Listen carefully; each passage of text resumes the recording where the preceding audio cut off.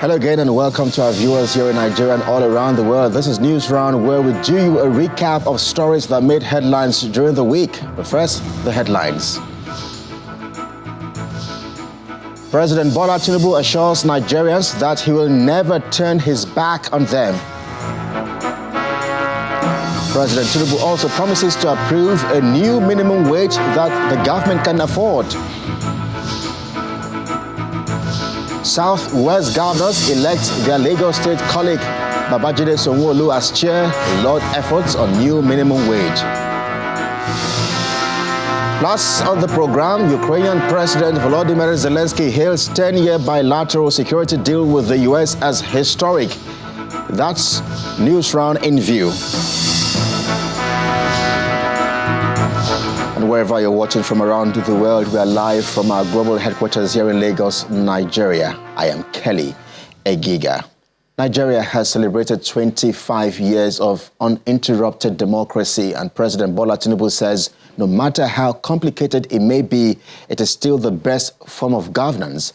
This was part of his Democracy Day address to Nigerians, as he promises to always listen to the people and never turn his back on them.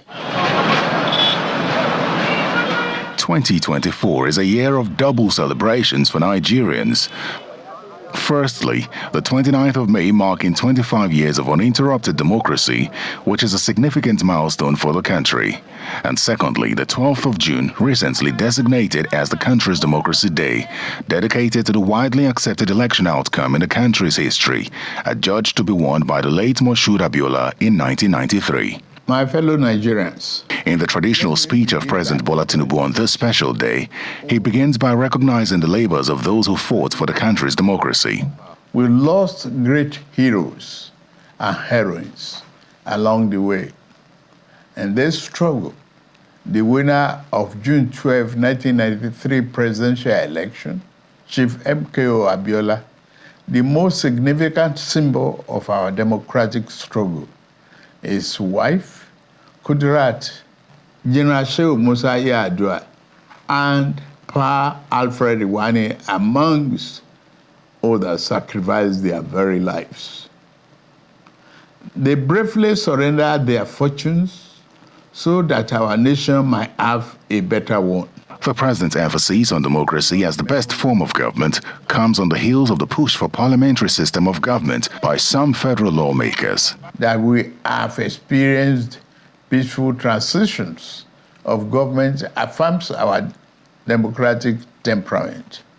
As Nigerians, we must remind ourselves that no matter how complicated democracy may be, it is the best form of governance in the long run. We must also be aware that there are those among us who will try to exploit current challenges to undermine, if not destroy, this democracy for which so much has already been given. The economic difficulties facing the nation has negatively affected the standard of living of Nigerians.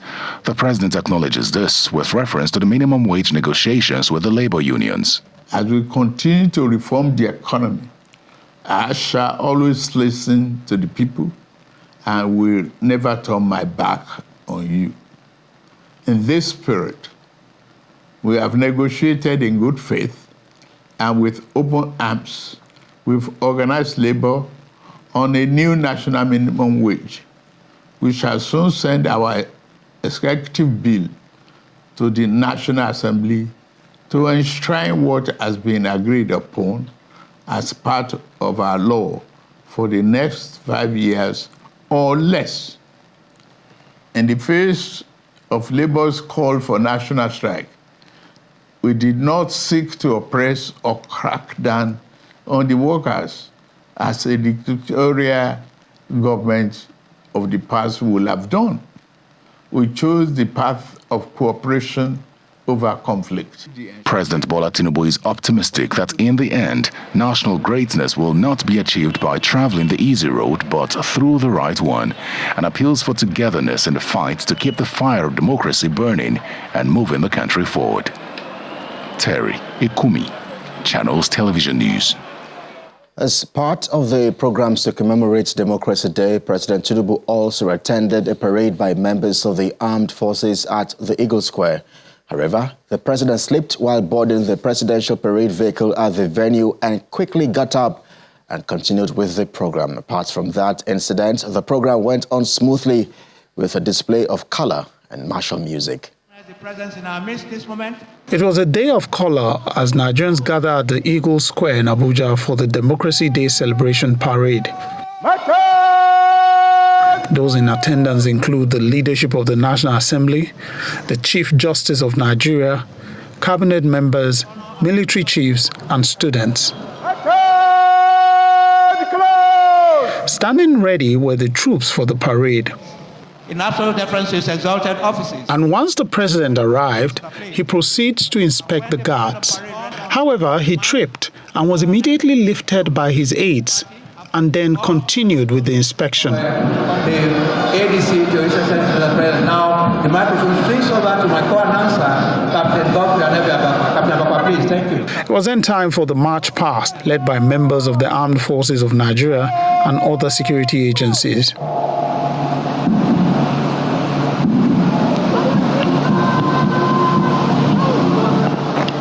Followed by the cultural troops display, showcasing Nigeria's cultural diversity.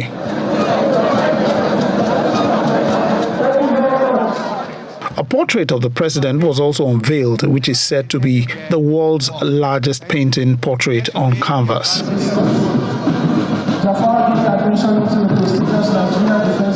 The president then signs a Democracy Day register. One is to salute the dignitary. Traditionally in the military. As this event marks 25 years of enduring democracy in Nigeria, it also marks the beginning of a journey into the future as Nigeria strives to build on what it has in the past and make it better. From the Eagle Square, Lanre Lasisi, Channels Television News. As the nation awaits an agreement on the new national minimum wage, President Bola Tinubu says the amount will be based on what the country can afford to pay. Well, the president was speaking at a dinner organized to celebrate Nigeria's Democracy Day held at the State House Conference Center, Abuja, where he says the unity of Nigeria cannot be traded. For those that do not know, colorfully decorated, packed with dignitaries from across the country. This is the climax of activities to mark the 25 years of Nigeria's unbroken democracy.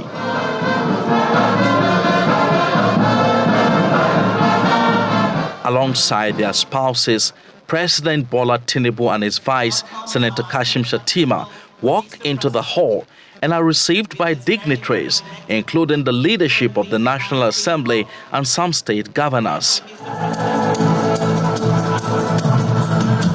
It's a night of reminiscences and recognition of the efforts of those who took part in the struggle for the entrenchment of democratic rule in Nigeria.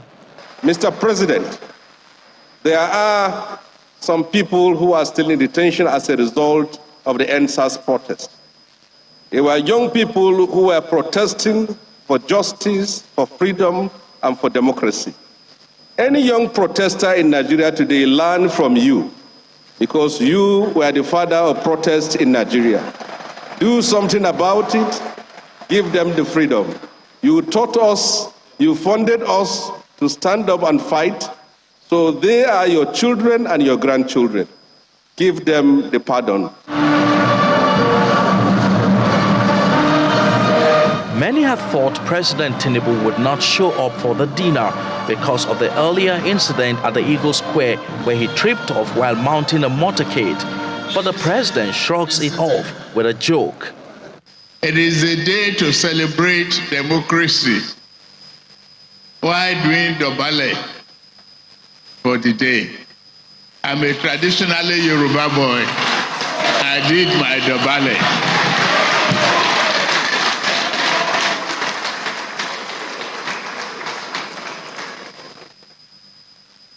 Democracy is a day that is worthy of falling for.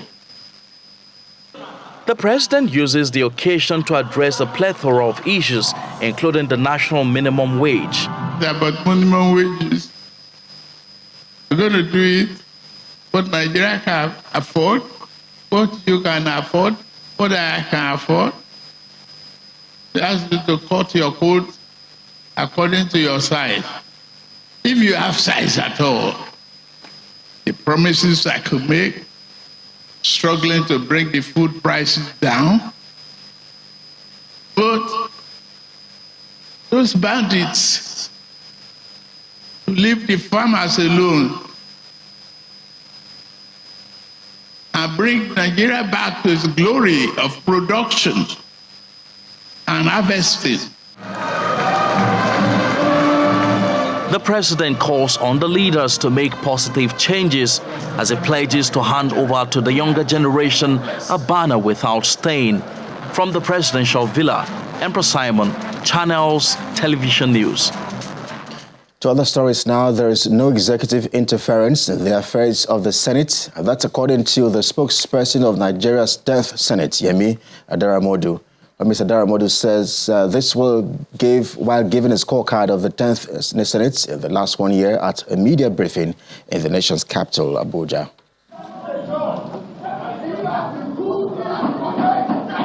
Exactly 1 year ago, members of the 10th Senate assumed office and elected Senator Godswill Akpabio as the president of the Senate.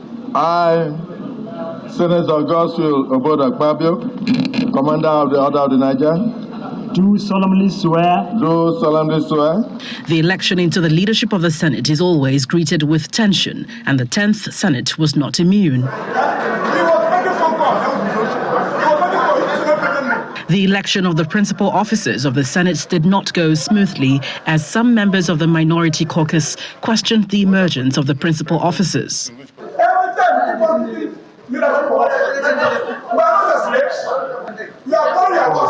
I just want to plead with my colleagues to understand that my job here is not to take individual opinions or to work on the basis of what is convenient to you.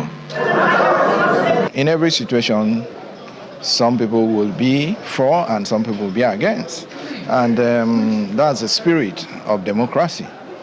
But the preponderance of opinion takes the day. There's no crack in the Senate. You don't know. Yes, the parties may differ, but we are one. It's a gradual process, but we are getting it right. In the period under review, the lawmakers passed the 2024 budget in line with the January to December cycle. The drama that has always trailed budget passage in the parliament reared its head as some lawmakers alleged budget padding by the Senate leadership. It's no new thing. I have here a copy of the last 3 budgets that was passed. All the details of these agencies I've mentioned are not contained in this document. The senator representing Bauchi Central, Senator Abdul Ninge, was eventually suspended over his alleged accusation. Having posted falsehood is hereby suspended. The 10th National Assembly prides itself in its legislative agenda, which the leadership considered people-centric. 1 year down the road, the lawmakers have initiated 477 bills, of which 25 have been passed into law, while 120 resolutions were reached. The Senate composed 74 standing committees from the 63 committees under the 9th Senate. The Senate spokesman, Senator Yemi Adaramodu, believes the Senate has done well for Nigerians and gives his ratings. I can rate the performance put together, the 3 aspects, that is lawmaking, oversight functions, and advocacy for the constituencies. I can rate us 9/10. He also speaks on passage of the national minimum wage. To the National Assembly. But when it comes, whatever is there and whatever is not there, we are going to ensure that it's going to be watertight. That either it is state or national or organized private sector that is not complying, then there's going to be sanction for it. One issue that has trailed the leadership of the Senate is the report that the executive has a major influence on the activities of lawmakers. Our policy is very simple. It's people-centered. We are more interested in what benefits Nigerians. Sometimes even the government brings out policies, and we'll shoot the policy down because we believe that the timing is wrong for the benefit of Nigerians. As the first year of the 10th Assembly wraps up, one of the key issues that awaits the attention of lawmakers is the amendment of the 1999 Constitution, and this is happening amidst calls for a proper regional restructuring of the country. Gloria Umezuke, Channels Television News. You're watching News Round, and we're live from our studios here in Lagos, Nigeria. But when we come back, US and Ukraine signed 10-year bilateral security deal. That's the moment. Please stay with us. Many thanks indeed for staying with us. Governors of states in the Southwest Zone have reaffirmed their support for the establishment of state police in the country, just as they condemned the agitation for the creation of Yoruba Nation. This was part of the resolutions they reached at their meeting at the Lagos House Alausa Ikeja, where Governor Babajide Sanwo-Olu of Lagos was elected chairman of the forum. Lagos House Alausa Ikeja is the venue for the Southwest Governors meeting. Governor Babajide Sanwo-Olu receives his counterparts from Ogun, Governor Dapo Abiodun, Governor Seyi Makinde of Oyo, Ademola Adeleke of Osun, Abiodun Oyebanji of Ekiti, and Lucky Ayedatiwa of Ondo State. They're all here to discuss issues of concern to the region. They step in for a closed-door meeting, which lasts over 4 hours, after which the Lagos State Governor reads the communique of the Southwest Governors Forum, highlighting their stand on national minimum wage and his emergence as the new chairman of the forum. The forum unanimously nominated and adopted the governor of Lagos State, Mr. Babajide Sanwo-Olu, as its chairman. On minimum wage, the forum supports the efforts of the federal government, the Nigerian Governors Forum, and the organized private sector on their ongoing conversations with the Nigerian Labour Union. The forum believes that the outcome will reflect a true fiscal federalism that we all preach. The forum also encourages the federal government's effort on mineral resource exploitation.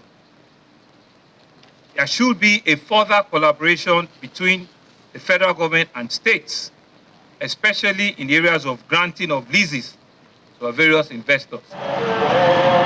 For the governors, the issue of hiking food prices and insecurity should be the least of people's worry. The governors reaffirmed their stance on state police. The forum condemns in strong terms the group of people agitating for the Yoruba nation. On security, the forum commends the relative peace we currently enjoy within our Southwest region and notes the collaborative efforts of all security agencies, including Amotekun Corps, and we reaffirm our support for the creation of state police. On food security, the forum acknowledges the efforts of the federal government and decides that our various Honorable Commissioner for Agric at all of our states should begin to meet and set up a working template which will encourage collaboration based on each state's comparative advantage. The Southwest Governors Forum commends the House of Representatives for its efforts at passing the Southwest Development Bill and looks forward to its speedy passage by the Senate for the benefit of the region. And as conversations continue on how best to tackle the nation's insecurity challenge, some stakeholders have identified the lack of political will as a major impediment to addressing the issue. Participants at Channels TV's town hall on security believe that the nation can overcome its insecurity challenge by taking some tough decisions. Some of those in attendance include Zamfara State Governor Dauda Lawal and the Chief of Defense Staff, General Christopher Musa. It's not about the law. There are three fundamental things. Channels Television hosted the first-of-a-kind security summit to proffer solutions to the nation's security challenges. Those in attendance included representatives of security agencies led by the Chief of Defense Staff, lawmakers and experts. Governor Dauda Lawal of Zamfara State joined the conversation virtually. The conversation started with a panel session where the speakers reeled out their concerns about the country's security situation. 370,000 policemen, so there is issue of lack of manpower, there is issue of inadequate funding, there is issue of capacity, there is issue of information sharing, there is issue of intelligence, there is issue of partnership, there is issue of community-based policing, where the communities will now partner with the police and let us know exactly what we want. We've got security votes that have been part of our entire sort of democratic system. Ask the politicians, ask the governors, what have they done with those security votes? And we've seen that some of them have been conduit pipes. One of the easiest things the president can do, for example, is to give out an executive order, making it a punishable act if an intelligence is not shared. Right now, if you don't share an intelligence, you've not committed any crime. Parliament is also looking critically at the state police bill. It is something that we are working at seriously to ensure that same is passed as soon as possible. We've had issues. Some states say they don't want state police.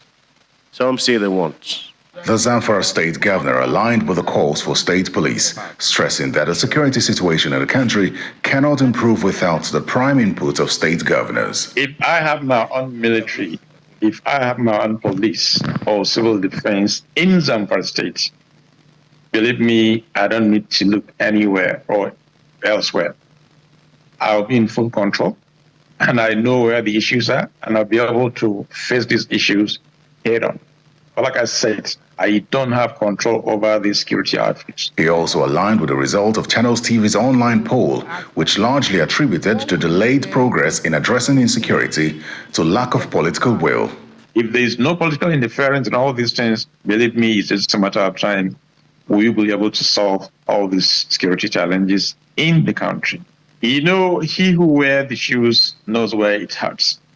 And that is why I'm telling you there's so much political interference. These guys should be allowed to do their work. They're professionals. The Chief of Defense Staff spoke on the progress made so far in tackling insecurity, especially in the northern part of the country. I was the theater commander in Operation Hatinkai for 19 months. By the time I left there, we had over 75,000 that have surrendered. Now we have over 120. To tell you that we are succeeding. We take out over 600 bandits, terrorists, insurgents on a weekly basis. Where my men have the greatest challenge is IEDs because there are no road infrastructure. He also addressed concerns around the security threats in the southeast. We have repeatedly complained about the issue of Simon Epa. He is in Finland. The Finnish government are giving him all the support and he's doing what he's doing. Comments he's making, people are being killed. And nothing is being done. And this is democracy. If the European Union is the one supporting democracy and this is happening and they're not taking action, then they don't mean well for Nigeria. My name is Sheila Kujobi. It was indeed a town hall where members of the audience had the opportunity to engage the panelists on critical areas. We as a people of Nigeria, we've done our best to keep our nation together. It is expected that solutions proffered at this town hall would be adopted by relevant stakeholders to chart a new course and trigger the desired change in the security situation in the country. And to end news round, Ukrainian President Volodymyr Zelensky has signed a 10-year bilateral security deal with U.S. President Joe Biden in what Kyiv has hailed as historic. The agreement envisages U.S. military and training aid to Ukraine, but it does not commit Washington to sending troops to fight for its ally. According to the White House, the security deal means Washington and Kyiv will work to build and maintain Ukraine's defense and deterrence capability, bolster the country's defense industrial base, and support economic recovery and energy security. Well, that story of the international scene does it for us here on News Round. Thanks indeed for watching. I am Kelly Egiga. Bye now.